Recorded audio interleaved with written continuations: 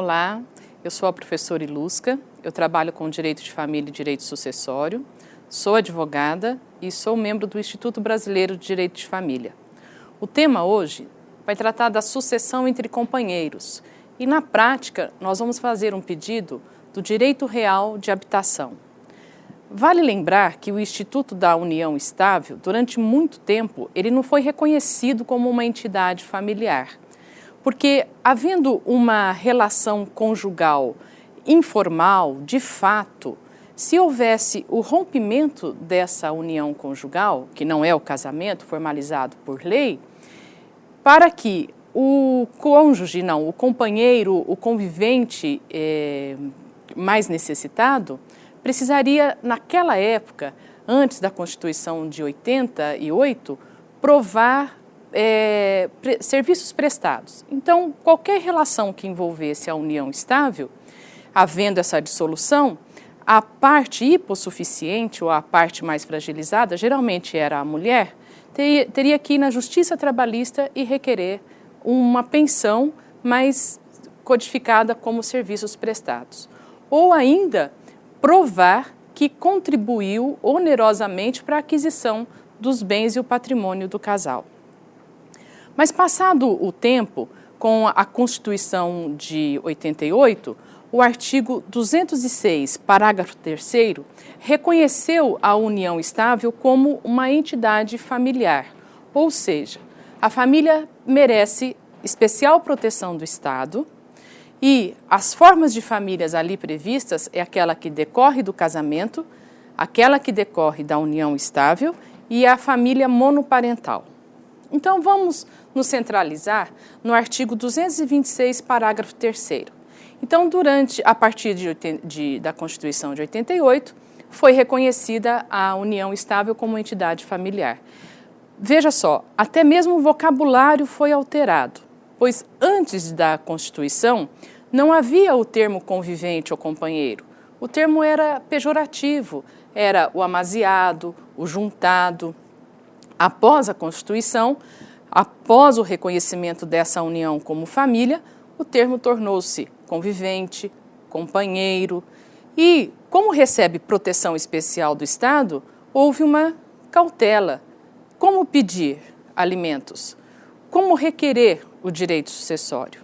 Bem, em seguida, no ano de 94, foi aprovada a Lei 8.971. Essa legislação trouxe para o companheiro o direito a pedir alimentos, mas para requerer e ter direito a esses alimentos, haveria necessidade de provar uma convivência no mínimo de 5 anos. Mas o mais importante é que o companheiro sobrevivente participava da sucessão da herança deixada pelo companheiro, pelo decujus. Então, ele usufruía da quarta parte da herança se houvessem filhos comuns daqueles companheiros. Ou da metade da herança se houvesse ascendentes. E só recebia a totalidade desses bens se não houvesse outro herdeiro sucessível. Então, preste bem atenção. A partir dessa legislação aprovada em 94, o companheiro que comprovasse uma convivência no mínimo de 5 anos, ele poderia requerer os alimentos se houvesse a dissolução e, no caso de morte, ele poderia pedir parte dessa herança. A quarta parte, se tivesse filhos, ou ainda a metade dos bens se houvesse somente os ascendentes, ou seja, o sogro e a sogra, e ainda, se não houvesse nem ascendente nem descendente, ele ficava com a totalidade desses bens. Preste atenção que o legislador não colocou aqui nenhum parente colateral, não trouxe o irmão, primo, tio ou tio-avô para concorrer com o companheiro nessa sucessão. Além disso, houve a Lei 9.278 de 96. Também veio regularizar o parágrafo 3º do artigo 226 da Constituição Federal. O que veio de importante nessa lei de 96? Além da possibilidade de pedir alimentos, trouxe a figura do direito real de habitação. Então, o cônjuge sobrevivente, o companheiro sobrevivente, ele tem a legitimidade para requerer alimentos na sucessão, na dissolução da convivência, de fato. Ainda poderia requerer a herança, dividindo ou não com filhos e com ascendentes do decujus. E o mais importante, o direito real de habitação, ou seja, se existia apenas um imóvel direcionado para a família, aquele bem, residência da família, poderia não ser de propriedade do companheiro sobrevivente, pode até ser dos outros herdeiros do companheiro, mas ela tinha o direito real de habitação, sem a necessidade de pagar aluguel, sem a necessidade de pagar qualquer outro tipo pelo uso do imóvel, qualquer outro valor pelo uso do imóvel aos herdeiros. Deve sim manter taxa condominial, os impostos referentes ao imóvel, mas ela não poderia ser retirada dessa residência após o pedido do direito real de habitação. Bom, então nós temos o artigo 226, a lei de 94 e a lei de 96. E assim caminhou até o Código Civil de 2002. Aí houve uma mudança substancial. Na aprovação do projeto de 2002, o artigo 1790, houve um descanso maior do legislador. Parece que houve um retrocesso. Parece não, houve um retrocesso. Então, aquela conquista já superada pela legislação, aquelas prerrogativas do companheiro foram decotadas, reduzidas, foram extintas no artigo 1790 do Código Civil de 2002. O professor Zeno Veloso, professor do Pará, que também é um membro do Instituto Brasileiro de Direito de Família, ele traz nos comentários a esse artigo 1790 a possibilidade, e aí já foi ajuizada, uma ação para que seja declarado inconstitucional. Mas o Tribunal Superior ainda não se manifestou a respeito. Então, deve ser aplicado o artigo, deve ser estudado o artigo, nada obstante tratar-se de e eu vou usar aqui o termo que se usa, de uma excrescência. É uma verdadeira vergonha, é um verdadeiro retrocesso o artigo 1790 do Código Civil de 2002, que desatendeu, que abandonou os direitos do companheiro. Muito bem.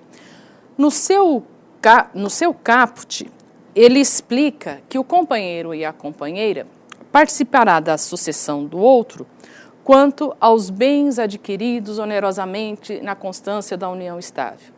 Então, eu sempre peço, bens adquiridos onerosamente são aquestos, sublinhe, veja bem esse termo. Então, o companheiro, pelo caput do artigo 1790, ele só tem o direito à sucessão naqueles bens adquiridos onerosamente na constância da união estável. Então, equipara-se nesse sentido à comunhão parcial de bens. O companheiro não participa da sucessão se esses bens foram doados ao decujus ou se o decujus recebeu por sucessão. Ora, então veja o seguinte exemplo. Se existe apenas, na existência dessa união estável, a aquisição de um bem imóvel, já adquirido anteriormente à união pelo companheiro, pelo decujus, pelo companheiro morto.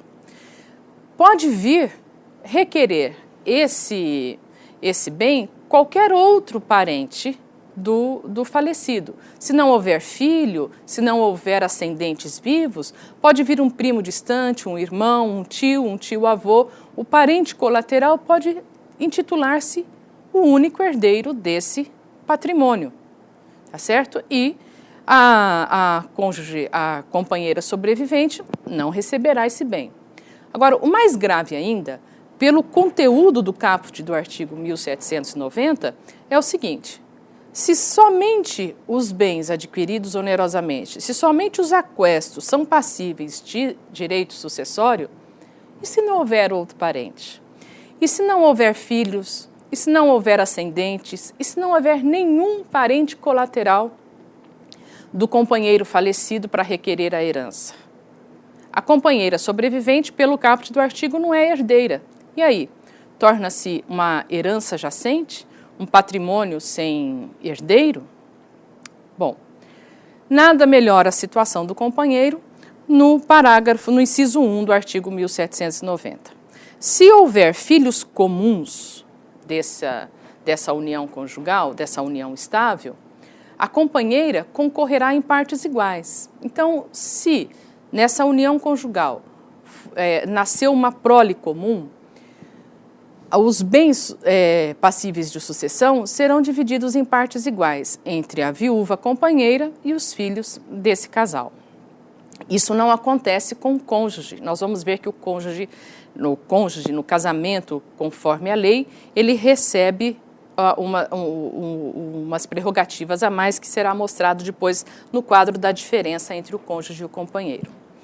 No parágrafo 2º, se o companheiro sobrevivente concorrer com os descendentes só do autor da herança, ou seja, existia uma união estável, só que o companheiro falecido já teve uma outra relação e dessa relação anterior nasceram os filhos, houve uma prole. Então, se a companheira concorre com os filhos somente da outra relação, a ela cabe somente a metade do que couber aos filhos, aos descendentes apenas do autor da herança. Agora, a questão criou-se um hiato.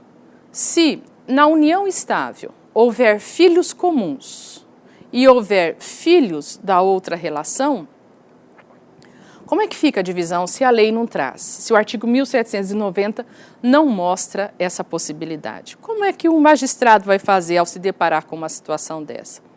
Então, eu costumo dizer na graduação que depende de quem é o cliente. Se a viúva é a cliente, o pedido é um. Mas, se os clientes são os filhos comuns, o pedido é outro.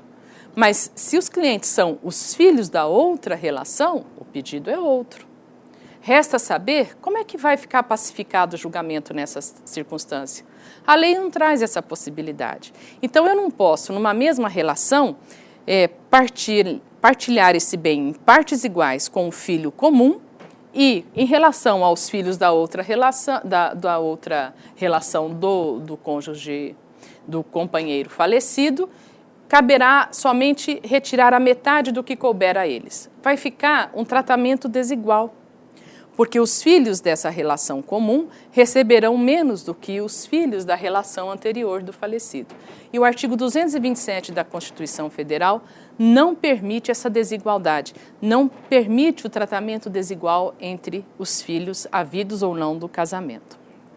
Bem, agora nós vamos analisar o inciso 3 do artigo 1790. E aqui é o maior ponto de retrocesso, a perda dos direitos do companheiro. E ele diz, se houver qualquer outro parente sucessível, a companheira sobrevivente terá direito a 1/3 da herança. Ora, é só lembrar da lei de 94 e da lei de 96.